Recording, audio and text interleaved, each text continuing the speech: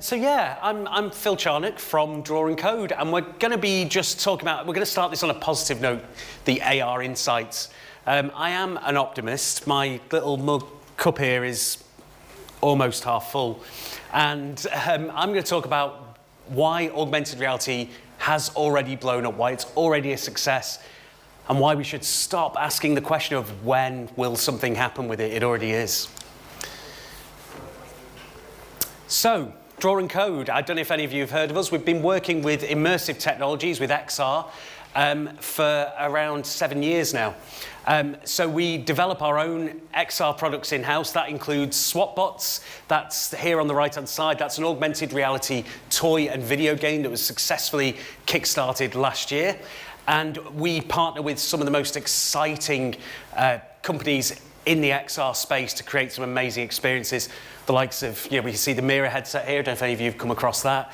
That's our latest toy, but we work with all sorts of different XR-related technologies. And we work with pioneering brands who are ambitious and want to try this technology. There's a lot of them that want to get involved in XR. So 2017, well, 2016, it was the year of VR, wasn't it? That was the year where VR started to become something that you could go and buy and experience in your own home. 2017, whether it was quite the year of AR, I don't know, because obviously it was the year of cryptocurrencies to some degree as the big tech story. But it was the year where people stopped asking me what AR is. So we'd spent 7 or so years basically going and selling our services and going to people and saying, do you know what would really benefit you? You could really do with this augmented reality application. It could really make what you're doing a lot better, a lot easier, a lot more exciting. And people would straight away say, what is augmented reality? It's an awkward term, isn't it? But it felt like this was the year where people stopped asking that.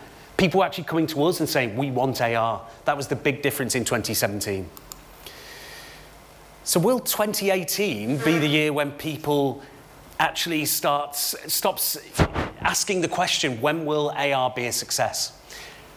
I think it will be. I think that people will start to come to realize that this technology is working. It already is, and that doesn't mean we're all going to be walking around with headsets like this. I kind of hope we are, and I think we will be eventually. But 2018 won't be the year where that necessarily happens.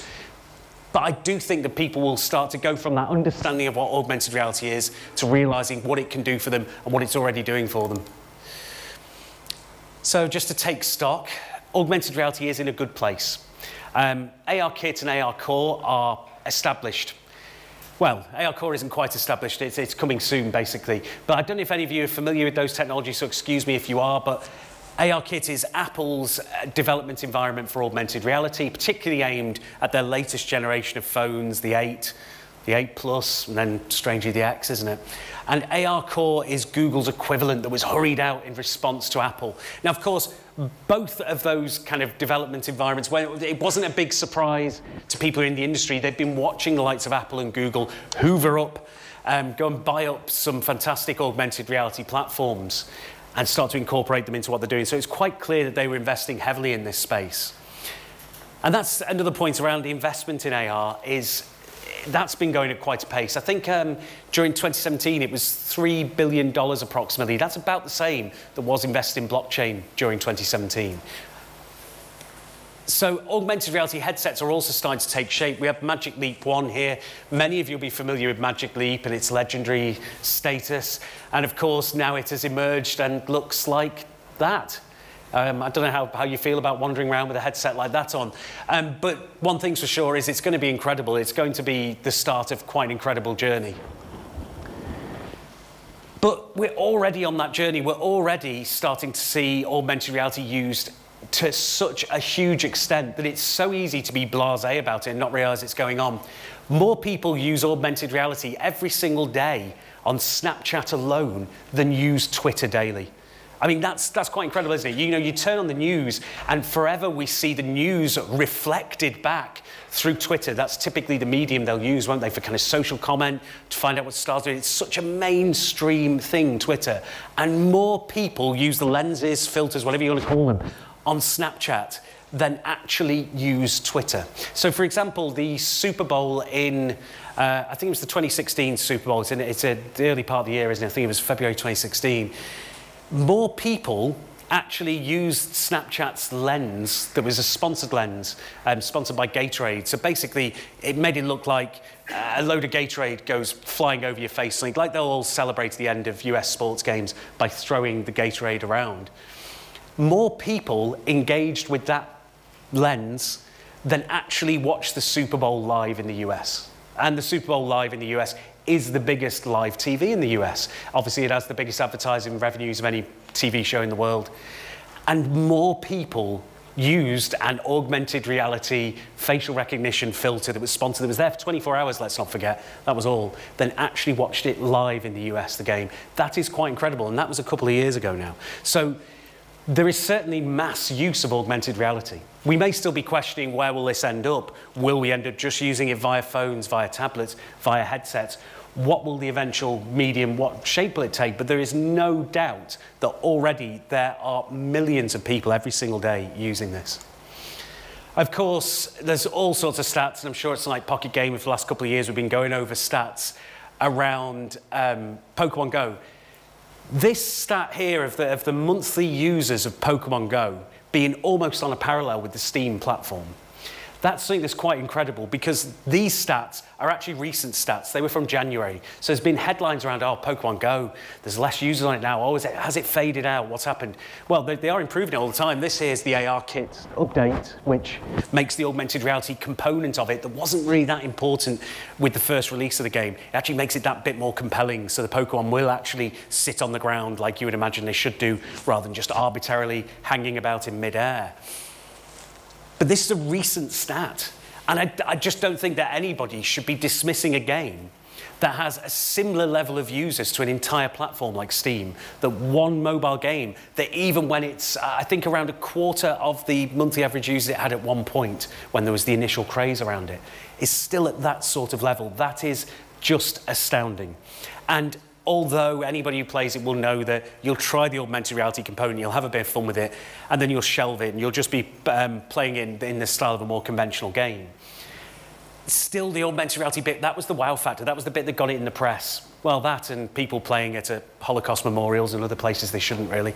But the fact is that augmented reality really opened the door for this game to be such a massive, massive success. So this is accessible technology, and there's no doubt that it will work. You only have to look at Roger Rabbit, which works, doesn't it? Roger Rabbit, of course, pioneering a mix of animation with the real world. It was nearly all green screen, Roger Rabbit, or certainly any scenes that involved cartoons in it were. Now that's a fairly standard way to make movies. It's quite remarkable when big Hollywood blockbusters are not made that way. But the idea of mixing, in this case animated, but now of course it's digital animation or some sort of overlaid information or animation onto the real world, so many, certainly all big blockbuster movies, we see that happening. So it's so natural to enjoy augmented reality, to be looking through a camera, to look at a screen, to see the room or the environment, the world around you, and then to see an animated character pop up, or to see a caption with more information pop up. We are used to seeing that every single day of our lives. And augmented reality essentially just offers that experience. Again, just that you're more in control of it. It's more personal to you. But although it's very, very exciting to be looking at the opportunities there are in augmented reality, and a company like ours with Draw and Code, we're thrilled that augmented reality is taking off. And literally our bottom line, you know, is no longer on the bottom. It's going up as a result. But what we've got to just realise is that we can't necessarily look towards the success or failure of dedicated augmented reality startups and companies. We can't look, for example, at Magic Leap and just say, if Magic Leap fails, is that it for the augmented reality industry? No. 8 of the 10 most downloaded mobile apps are owned by 2 of the biggest web giants, Facebook and Google. So the mobile industry, when the multi-touch screen came along, the iPhone popularised it.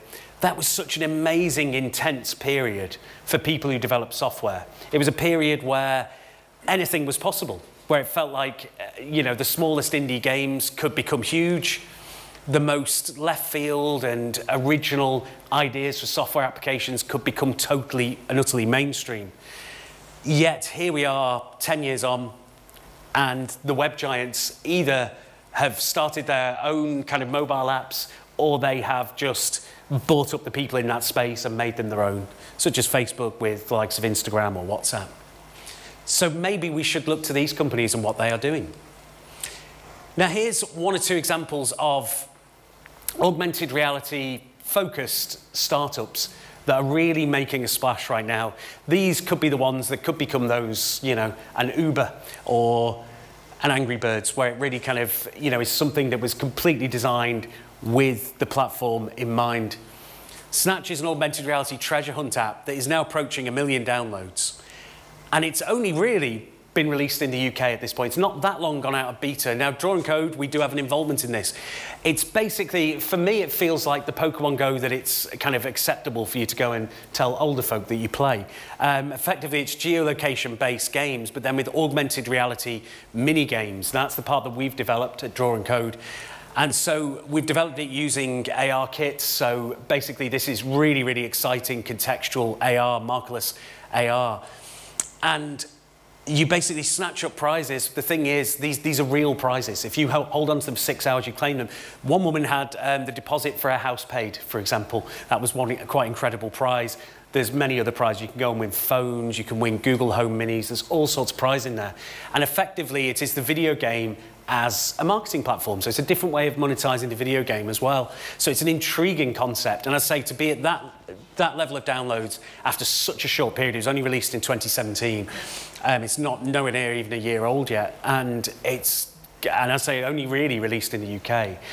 And it's already going great guns. So it's proving that, again, we don't kind of go around shouting about the augmented reality component. We do as Draw & Code, because we develop that side of it. But the actual company itself really majors on the fact that you can win prizes. They're not talking about how you play, they're talking about what the end result is. This is a video game where what you win is real. And augmented reality just seamlessly fits into that. And they could certainly be one of the big AR apps. And another company that we've been partnering with is Merge VR. I don't know if any of you have heard of them here. Their first product was a fantastic Google Cardboard-esque headset. It was a little bit more than that, but it was aimed at younger folk.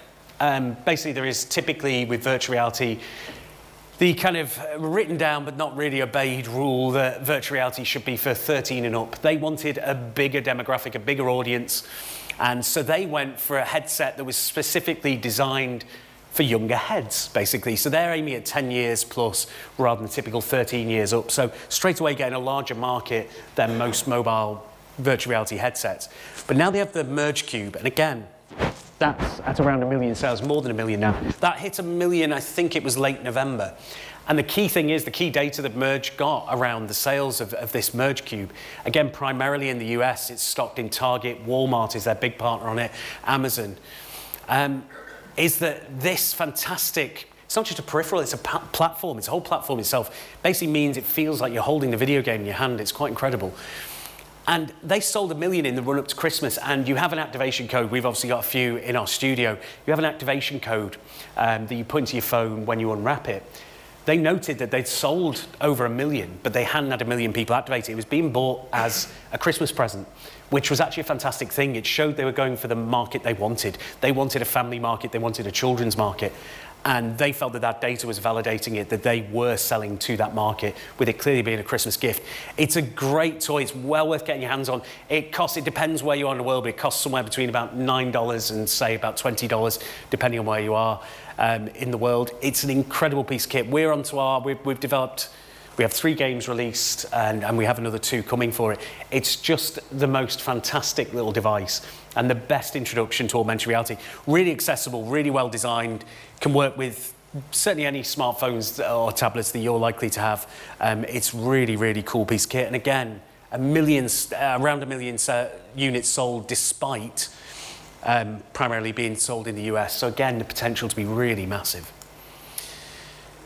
So I did a search, this was a couple of weeks ago, for ARKit Apps. So I was looking in the App Store for you know, anything that used it. Now, you might not be able to see properly here, so I'm going to have to read these out for you, especially people at the back of the room. This word vomit 3D, it says Siri but for vomit. I'm not quite sure I understand it. And we have another one here called Fake Party. With Fake Party AR, make your party room very easy. Obviously, they're a complete load of nonsense. They're a load of rubbish. But I actually think that is good because that was kind of what the App Store as a whole was born from. Already, ARKit-enabled apps, there's been, within, I think, 2 months of ARKit-enabled apps being out there, there have been over 3 million downloads of ARKit apps, and there was over 1,000 apps using ARKit in the App Store. And so you're going to get some rubbish in there. I don't think it's a problem. I think it's fun. Because gimmicks are good. Now, once upon a time, when I first encountered an iPhone, co-founder of Draw and Code over there, John, came in with his iPhone, got it, I think, the day of release, but there was no App Store. The App Store came quite a few weeks or months later, it was, in 2008. And I think it was at number 4 in the App Store, the week it came out, was this iBeer application, eventually bought up by Carling to become this Carling app. Don't know if any of you remember it, if any of you had it, any of you were wowed by your friends who just got their new iPhone, you pretended to drink a beer. And that is a pure gimmick, isn't it? You literally did that. You pretended to drink a beer and that was it. And then you went on to show the next person and the next desk, hey, look me, woo, like this. And that's all you did. But I remember us seeing that and starting to discuss it immediately, going, okay, so there's a gyroscope in this thing. There's what we thought of at the time as a really high quality touchscreen. It's got quite a lot of processing power. What is this mobile app store it's got? It's such a lovely way of presenting software. And all of a sudden, we started to have ideas around, as people who develop software saying, we have to be involved in mobile. This opened our eyes. And it's a great period to be involved in a technology when people are experimenting, when there are gimmicks. It is so much fun for a start, but also it means the possibilities are immense. So yeah, back in 2009, this slogan came around, and it's a cliche now, isn't it? It seemed really neat and nice the first time you saw it. It became a bit interesting. There's an app for that. But what we'd hear as software developers, we'd hear people saying, and if anybody here has worked in software development, you will have heard this. You will have heard people saying, I've got an idea for an app. And you didn't really have that, to my knowledge, I'd not really seen that with anything but the web. I'd not really seen people say, I've got an idea for a piece of software. It made it seem really accessible. It was so quick and easy to download an app, so cheap, it felt like anybody could get involved. So here's this fella. He's got an app called the Melon Meter, where you hold your phone against a melon and it tells you if it's ripe. Imagine having that idea and then either he or somebody else made it. Anything was possible at that point. Now in 2018, it's changed. It's no longer, I've got an idea for an app. Now it's, do you know what would work in AR? Or do you know what would work in VR? And that's what we keep hearing. So we'll say it to people, and then somebody will say, do you know what would work in VR? Driving a car. So Ubisoft have done that. I mean, what's the point of that? VR you can wear while you're in the car. What? Why? They're saying to make roads look more interesting was the reason. Oh, that's great.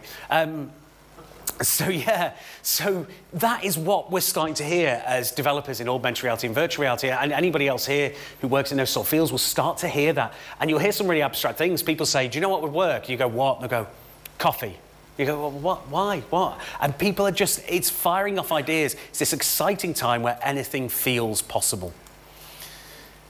So we believe at Draw and Code, and I don't think we're being outlandish, I think we're actually being quite cautious with this to some degree, that augmented reality will achieve 2 billion daily users within 5 years or less. Just think about it. If Google Maps and Google have invested massively in augmented reality, as we were saying, what if they turn all their 500 million users onto AR? What if all of a sudden there are augmented reality overlays for Google Maps users? And what if, say, half of those users start to use it? And then Apple says, hang on, we've got to follow Google here with what they're doing. And they have another 500 million users. And half of them start to use an augmented reality enabled version. Straight away, that's 500 million right there before you throw in your Snapchats, your Facebooks, and all the other platforms that are using this technology. It's very, very easily achievable that we will have 2 billion daily users, and we'll barely even feel it. It will feel so natural, like watching Roger Rabbit, like seeing the captions at the bottom of a news report. It won't feel unusual. The way augmented reality will be used will be so natural and just slip into daily life that we'll barely even conceive of it until you are at that level and people start to realise that's how we're now being delivered computing. That is the platform we're enjoying it on. So yeah, you can head to our Twitter feed, @Draw&Code. You can download our XR and Beyond report. So that was basically looking at a few different insights into the convergence of various technologies, including augmented reality and an awful lot more, see how they're all coming together to bring on this next age of computing. Anyway, thank you very much for listening. Cheers.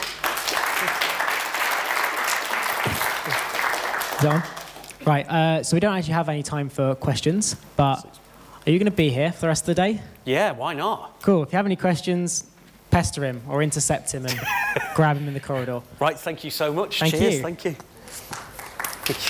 Right, give him another round.